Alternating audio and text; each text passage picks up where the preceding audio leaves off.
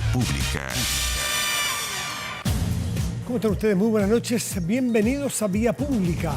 El suspendido sacerdote jesuita Felipe Berríos se autodenunció ante la Fiscalía Metropolitana Sur tras ser acusado por presuntos delitos de connotación sexual. A través de un comunicado, el religioso señaló que la denuncia en su contra fue presentada solo ante la Iglesia y no ante el Ministerio Público, lo que significaría que está sometido a un proceso canónico que, por regla, se debe mantener en estricto secreto. En esa línea, en un comunicado que hizo Berríos, señaló que quiere que se le investigue al igual que cualquier ciudadano en el país. Junto a ello, pide conocer otros presuntos hechos que han salido revelados a través de publicaciones sin fuentes reconocidas, en los cuales se dice que, o lo cual él dice que de los cuales no ha tenido conocimiento. Entonces, respecto a la denuncia inicial, Berríos asegura que no son ciertas las denuncias, parte por ahí su versión, y que aspira a que se conozca públicamente la verdad. Esa es la razón por la cual él mismo va al Ministerio Público y le dice: investíguese este caso. Hasta ahora, la persona que acusa de este caso que habría ocurrido hace 18 años solamente lo hizo en tribunales canónicos de la Iglesia, no los públicos. Por eso dice que se haga igual que cualquier chileno, aunque yo sea sacerdote, para que se sepa la verdad definitiva. Vamos a la mesa de conversación.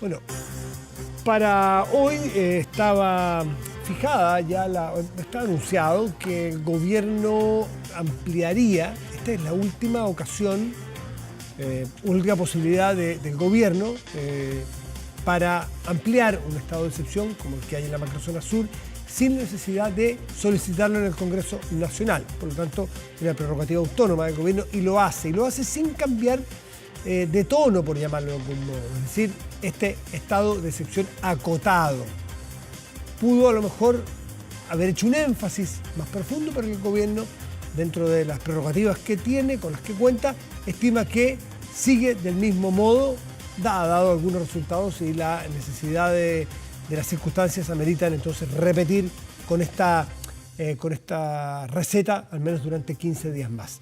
Tomamos contacto con el senador José Miguel Insulza del Partido Socialista. José Miguel, buenas noches, ¿cómo está? Muy buenas noches, ¿cómo está usted? ¿Qué tal? Qué gusto saludarlo, Matías. Igualmente, pues buenas noches. ¿Cómo toma usted, cómo evalúa la medida o la decisión más bien que toma el gobierno en este aspecto? A ver, lo primero yo diría que nosotros ya decidimos hace algunas semanas que íbamos a apoyar al gobierno en lo que deseara hacer.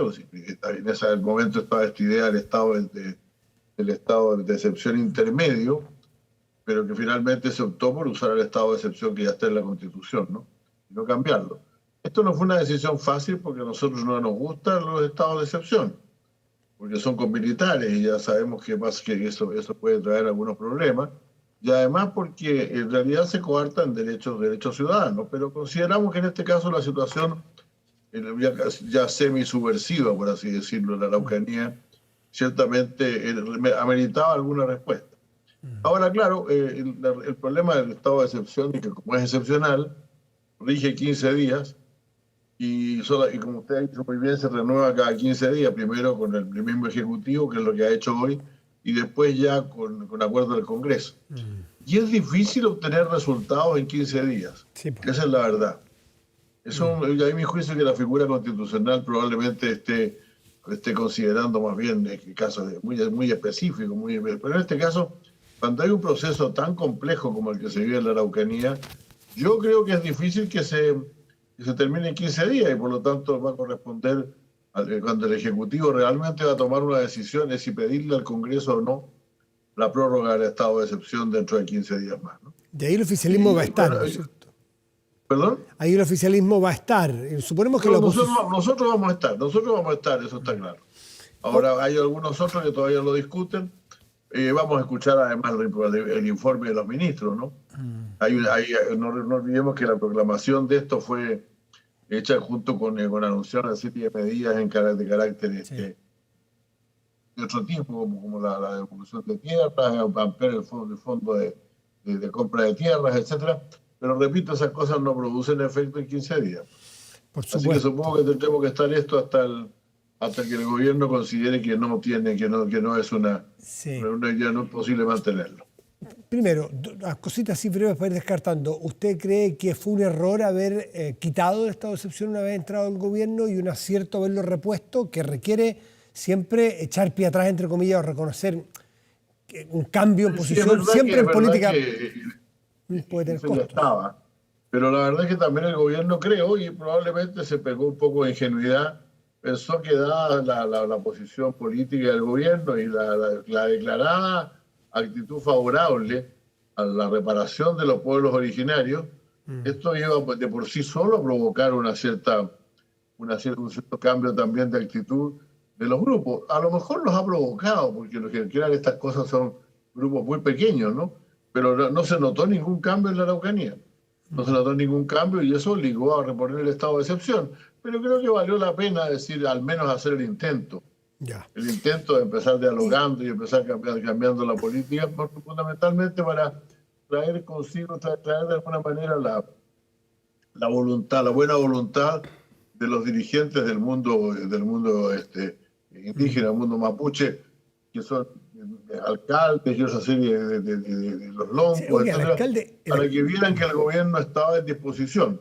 Ahora, desgraciadamente, bueno, es que cuando yo ya he dicho eso antes, entonces a estos grupos subversivos les está yendo bien, porque han provocado mucho caos en la Araucanía, que es lo que quieren hacer, y ojalá hiciéramos algo para al menos borrarle esa sensación de éxito que están teniendo, porque de lo contrario difícilmente van a querer dialogar sobre nada. ¿pudo este gobierno haber dado una pequeña vuelta de tuerca más en este estado de excepción acotado y que hace referencia en el decreto que yo lo leí el otro día, hace referencia explícita a los caminos, hacerlo más general, o sea, un brochazo, un barniz Sí, más grueso, no solamente quedarse en caminos principales, sino que entrar a la zona en sí? ¿Lo pudo haber hecho? bueno, de la muerte del comunero, del trabajador El forestal, segundo Catril. segundo Catril, muestra que en realidad se va a aplicar el estado de emergencia, apliquémoslo en toda la región, porque ese señor Catril murió en un camino rural. No estaba, por así decirlo, ese incidente no estaba incluido en el estado de sitio, en el estado de emergencia, en el estado de emergencia. No estaba ahí no estaban ahí las fuerzas que tenían que custodiar esos caminos. Y mucha de la gente, no olvidemos que la crisis de la Araucanía tiene lugar fundamentalmente en el mundo rural. O sea, nadie piense que en Temuco se van a producir incidentes como los que se están produciendo incluso en otras ciudades del país. Esto ocurre en el mundo rural y por lo tanto, si se va a hacer esto, esto tiene que hacerse dentro del lugar donde está ocurriendo y no limitarlo solo a las carreteras, por cierto. Por eso que algunos senadores de aquí, usted sabe, yo como jefe de la bancada del Partido Socialista tengo que decir lo que dicen mis senadores, ¿no? Por lo menos 2 o 3 de nuestros senadores ya están diciendo que es necesario el estado de emergencia completo, ¿no?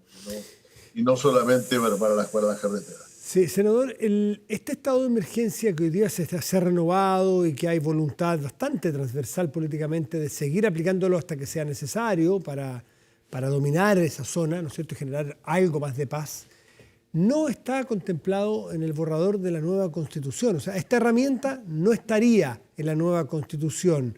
¿Qué reflexión le provoca eso?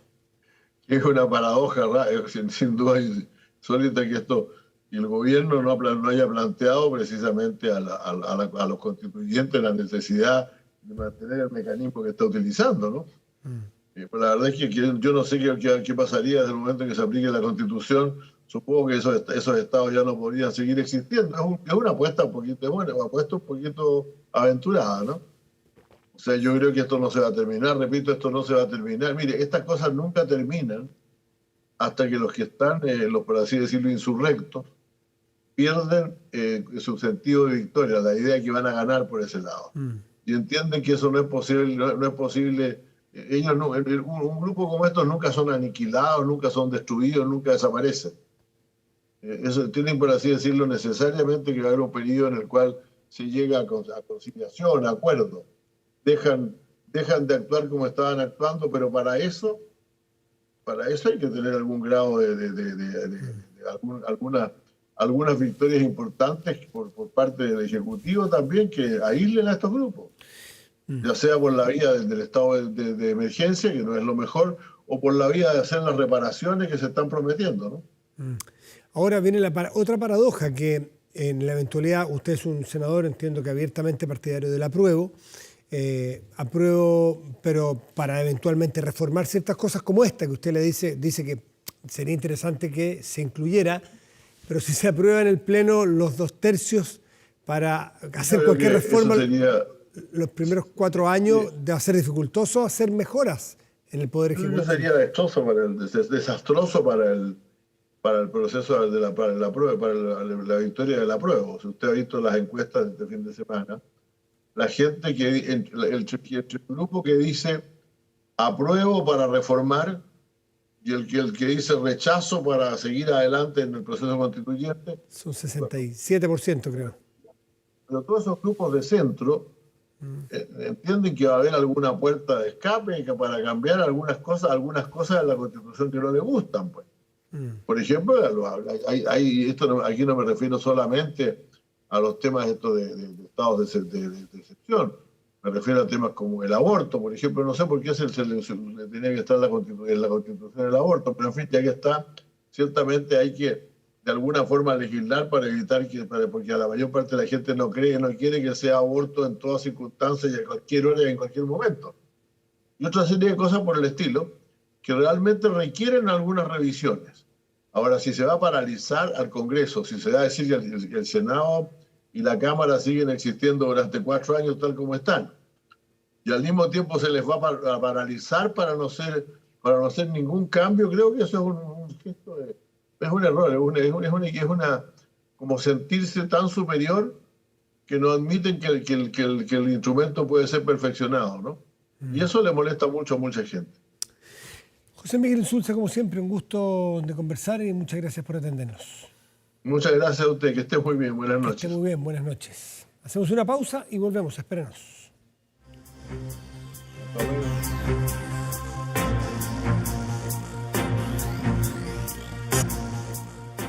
Chile es más que una ciudad y estar donde quieras es posible. Hoy los horizontes se expanden para todos y nuestra red no para de crecer. Ahora también en 5G para darte más y una mejor conexión. WOM, nadie te da más.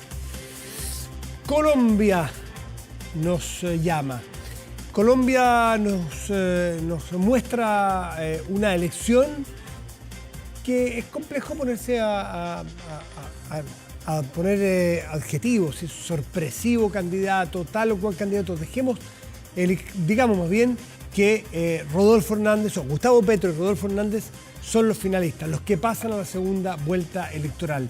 Llamarle a uno de un modo u otro de otro modo, mejor que lo hagan quienes conocen más de cerca la política colombiana para empezar a entender de cara a la segunda vuelta lo que pueda ocurrir. Por eso tomamos contacto con Iván Garzón, cientista político, académico de doctorado en Ciencias Sociales de la Universidad Autónoma de Chile.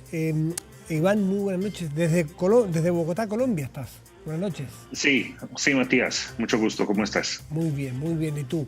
A ver, uno lo que lee. Bien. El izquierdista Petro, el populista Hernández. Sitúanos a los dos finalistas de esta elección. Por supuesto, encantado. Matías, lo primero que hay que tener en cuenta es que estas son unas elecciones inéditas. El país está, digamos, cerrando un ciclo en el cual la derecha uribista había sido dominante en los últimos 20 años. Claro. Y ahora estamos entrando a un escenario inédito en el cual hay mucha incertidumbre porque son dos candidatos que podemos clasificar con la categoría de populistas. Uno más conocido y es Gustavo Petro y tiene una afiliación de izquierda progresista, como él mismo se define.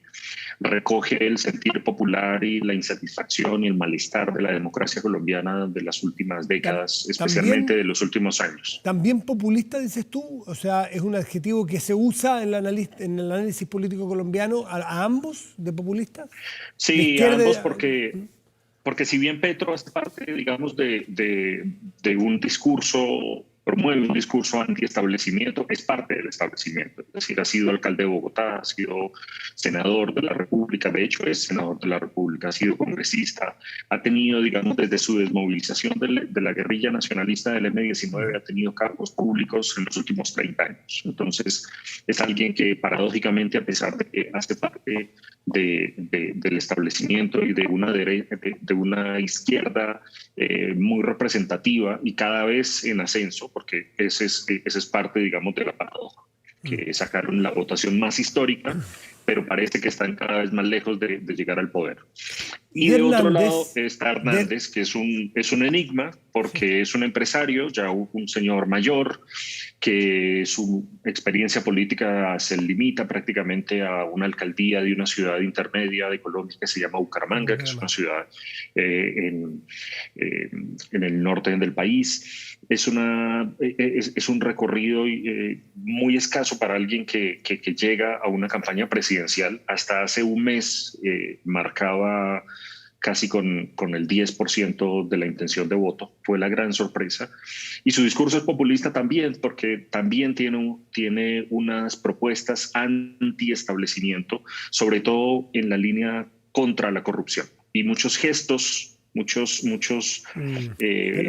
aspectos menores con los que pretende, digamos, Iván, cambiar la política. Iván, no es primera vez que escuchamos en Latinoamérica candidatos que tienen como bandera de lucha política el ataque a la corrupción. Y además coinciden que muchos de estos han sido vinculados a hechos de corrupción. Y este es un caso, entiendo que ha tenido algunas investigaciones de corrupción, no sé si han llegado a condena, no sé, tú me dirás a dónde ha llegado, pero esto no es novedad, ¿no? Es decir, zares contra la corrupción hemos tenido en todos los puntos cardinales. Sí, además el discurso contra la corrupción es un poco paradójico porque en el caso de Hernández, por ejemplo, se enfoca en algunos gestos, en algunas medidas, como por ejemplo renunciar a su sueldo, como por ejemplo quitarle privilegios a los congresistas, como centralizar el gasto del Estado. Que la gran pregunta es por la eficacia, la gran pregunta no solo es por la coherencia de él mismo, que en ese sentido la investigación que tiene en curso no parecería ser muy determinante, por lo menos en comparación con otros grandes escándalos de corrupción, pero comparto contigo la incertidumbre que genera un discurso que en este momento le genera a muchas personas una gran expectativa y por lo menos una sensación de que peor no nos puede ir. La izquierda latinoamericana la tenemos más o menos mapeada, sabemos cómo es. Bueno, puede haber muchas diferencias, ¿no es cierto? Incluso Gustavo Petro tiene mucha cercanía, entiendo, con el presidente Boric. No son dos gotas de agua, sin duda, tienen experiencias distintas, trayectorias distintas. Uno viene del Congreso, el otro de alcalde y senador. Todos han sido alcaldes, todo esto. Todos los candidatos en Colombia eran alcaldes o exalcaldes. Pero sí, es más fácil configurar un candidato de izquierda en Latinoamérica. Estos candidatos outsiders, que se le llama, algunos dicen que este es como, me refiero a Hernández, es como el Donald Trump colombiano. ¿Qué tan cierto es todo eso? Configuran un poquitito más para saber a qué nos atenemos. Un tipo violento en algunas reacciones. En fin, cuéntanos. Yo creo que hay algo de eso. Primero, yo creo que los dos son inclasificables. Creo que parte del secreto del populismo es que más que una categoría definida, es una categoría polisémica. Es una categoría que se ajusta tanto a un discurso de derecha, de mano dura, como a un discurso de izquierda, de subsidios y de ayudas. En ese sentido, digamos, algunos clasifican a Hernández en la derecha, pero yo creo que es una clasificación imprecisa. Es cierto que tiene algunas propuestas que sonarían más a cierta versión de derecha, pero yo creo que es inclasificable. Petro, por el contrario, sí tiene, digamos, una propuesta muy en clave estatista de refundación de ciertos elementos económicos. Yo creo que la comparación con Boric ha sido un poquito inexacta porque yo lo encuentro que las propuestas de Petro se reciben con mucha resistencia en el país en la medida en que tiene un cierto espíritu revanchista frente a las élites empresariales. Y eso, digamos, ha generado mucho temor, y en parte eso explica el crecimiento de Hernández como una fórmula viable, según los sondeos, para ganarle a Petro en la segunda vuelta. En ese sentido es un voto que además recoge muchas cosas, desde insatisfacción, desde desencanto, pero también un voto en cierto modo táctico de que puede ser el que efectivamente pueda parar el fenómeno Petro, que venía siendo muy consistente en las encuestas, pero que al parecer tiene un techo. La izquierda de Petro es difícil de clasificar también. Yo lo encuentro menos moderado que Boric, lo encuentro con un cierto estilo muy refundacionalista que probablemente lo puede analogar a López Obrador. Lo encuentro también con un discurso en contra del hambre, muy social, por supuesto, muy estatista, muy de subsidios y de ayudas. Algunos dicen que incluso serían imposibles de financiar en la situación fiscal del país hoy, que lo acercaría quizás a una perspectiva más a lo Lula. Es cierto que también tiene un pasado de simpatía chavista que ha ido dejando atrás, y creo que hoy, digamos, esa comparación sería inexacta, pero lo que es cierto es que estos líderes populistas son un gran enigma y son un gran cuestionamiento de la forma como están funcionando las democracias latinoamericanas. Y yo creo que ahí hay un reto que valdría la pena que tomáramos en cuenta. Quizás ahora, la segunda vuelta es en junio. ¿Qué fecha exacta? 19. 19 de junio. En 3 semanas. Habría que, más que fijarse en este momento, tanto en Petro y en Hernández, en fijarse en los votos de los otros candidatos, ¿no es cierto? De Fico Gutiérrez, de los que quedaron fuera, de los que no consiguieron entrar, porque esos votantes tendrán que salir a buscar una alternativa, pues. ¿Cómo pudiéramos calificarlo, pese a que sabemos que los candidatos derrotados no son dueños de los votos de sus votantes en segunda vuelta? Pero hacia a trazo grueso, ¿qué podríamos esperar de los que perdieron y sus votantes? La gran paradoja es que Petro sacó la votación más histórica que ha tenido la izquierda en las últimas décadas. 40%. Pero anoche tenían un aire de derrota. Y esa es la verdad. En redes sociales se veía, en el salón del Hotel Tequendama, que era donde estaba prevista la celebración. Y es por una razón, y es porque si bien sacaron 8,5 millones de votos, lo cual constituye una votación inédita, al mismo tiempo, el caudal electoral de los 5 millones de votos de Federico Gutiérrez es más que seguro que en su gran mayoría se irán a Hernández. Básicamente porque es un voto anti-Petro. Y los votos de Fajardo, que finalmente no fueron muy relevantes, fue, digamos, la gran novedad de las consultas presidenciales en marzo fue la implosión del centro político, que evidentemente ayer se ratificó. Ese casi 1 millón de votos seguramente se repartirá entre los dos. Yo creo que va a haber un fenómeno relevante también de voto en blanco, porque acá la gran paradoja es que las encuestas muestran que el país, una porción muy importante y creciente de ciudadanos se identifican con el centro, pero en estas elecciones no tuvieron una representación importante. Y al final, el efecto que generó las consultas de que Fajardo no tenía opción, generó una migración de esos votos en las demás candidaturas. Si es que los votos de Fajardo se reparten 50-50, por lo tanto se netean. Y si los votos de Fico Gutiérrez, que además de derecha, liberal, se van a Hernández, ¿le alcanza a Hernández para ganarle a Petro? Yo creo que le alcanza, y es muy probable que le alcance holgadamente. Otra gran paradoja es que se hablaba la semana pasada de un posible fraude. El pacto histórico ventiló esa tesis y la verdad es que desapareció casi por completo. Ok, y si se da esa tesis, ese escenario, teniendo a este señor Hernández, que es tan impredecible, inclasificable, y la derecha liberal, centro derecha liberal, lo va a apoyar con un caudal de votos tan grandes como ese, ¿lo va a hacer gratuitamente o va a exigir algo a cambio?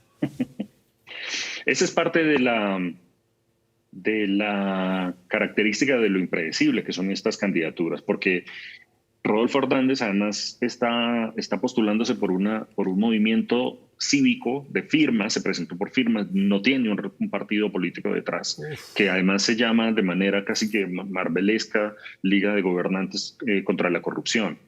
Entonces, la gran pregunta es, bueno, ¿con quién gobernaría? Y evidentemente la clase política no desaparece de un día para otro. Entonces, es probable que veamos una suerte de gobierno muy pragmático, unas alianzas muy pragmáticas, probablemente vergonzantes. Ya salió a aclarar desde hoy, porque desde anoche la campaña de Petro lo que empezó a agitar fue la idea de que Hernández era básicamente otra reedición del uribismo. Acá, digamos, en las últimas elecciones y en buena parte lo que pasó en el 18 fue que los votantes se dividieron mucho anti-Petro y anti-Uribe. Entonces anoche empezó a agitar esa consigna. Hoy Hernández salió a desmarcarse del uribismo, pero evidentemente como la derecha colombiana está en un proceso de franca decadencia, evidentemente su voto en contra les alcanza y les sobra probablemente para lo que necesita para el 19 de junio. Iván Garzón, desde Bogotá, Colombia. Él es cientista político, académico de la Universidad Autónoma de Chile. Te has afincado aquí, haces clases acá, pero eres colombiano, ¿no? Por eso tienes conocimiento profundo de los... Voy y vengo, Matías. Por eso conoces y puedes hacer las analogías entre ambas realidades políticas. Iván, muchas gracias por atendernos. Que estés muy bien. No, Matías, un placer. Un saludo a todos los televidentes. El nuestro, gracias. Chao, chao. Hacemos una pausa y volvemos.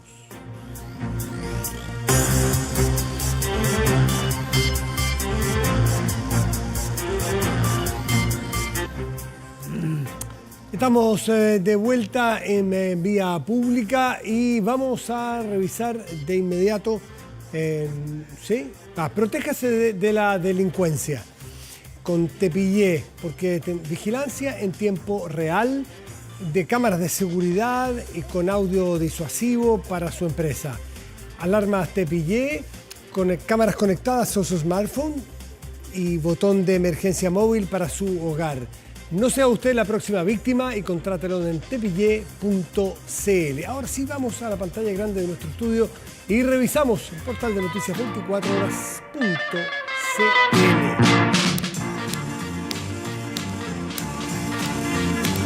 Vamos a ver qué es lo que está destacado en este momento. Lluvia en Santiago.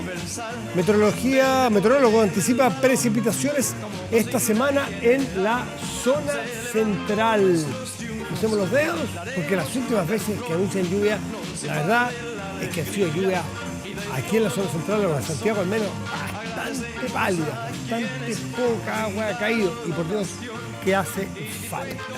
Revisamos el tiempo, ahora sí. La temperatura de este momento en Santiago es la siguiente. Mire usted, 1 grado. Un mísero grado en este momento. Se siente el frío muy fuerte, ¿eh? Y en las mañanas también, tempranito, hoy día a las 7 de la mañana o antes de las 7, estaba realmente fuerte. Claro, en el sur que nos ven dirán que nosotros en Santiago somos quejones porque allá hace frío siempre. No estamos acostumbrados a tanto frío, pero en los inviernos están así. Revisamos para mañana y pasado qué es lo que debiéramos esperar, ¿no? Bueno, para mañana máxima probable que en Santiago 15 grados cielo despejado. Para el miércoles parcial, máxima probable 12 grados. Revisamos otras dos regiones del país. En el norte de nuestro país, en Putre, 12 grados y cielo parcial. Y en Linares, parcial también, pero 8 grados de máxima probable. Ya lo saben. Lo que escuchamos es referencia obligada, ¿no? Las imágenes que nos acompañan también. Un día como hoy, hace 60 años, comenzó el Mundial del 62. Chile se enfrentaba a Suiza, partido que ganó 3-1 en el Nacional Julio Martínez, con 2 goles de Leonel y 1 de Jaime Ramírez. Para recordar esta cita de fondo, repasamos el rock del Mundial, el éxito del Ramblers, que marcó el torneo. Y es que cualquier chileno que escuche el Mundial del 62 automáticamente completa la frase: es una fiesta universal, ¿quién no se la sabe? Incluso los que no habíamos nacido para el 62. Bueno, así de potente fue el himno de la Copa del Mundo que albergó nuestro país. La fama que alcanzó este tema dio para que fuera grabado por un sello discográfico y vendió más de 80.000 copias. Y hasta hoy es una canción que se mantiene en el inconsciente colectivo de todos los chilenos. Antes de despedirnos, déjeme decirle que en nuestro noticiero central se emitió un reportaje largo que les fue estupendo, muchísima gente lo vio y me atrevo a decir que va a estar en nuestro sitio web pronto, porque realmente era muy emocionante ver allí imágenes, recorridos, testimonios. Mañana viene otro, viene una segunda, son 3 los reportajes porque vale la pena, a 60 años del Mundial 62, recordar, a los que no lo vivimos, saber de lo que fue capaz Chile en ese momento de montar. Muy buenas noches y gracias por venir. Entraremos en acción, toda me remata. Gol de Chile, un sonoro se y bailé.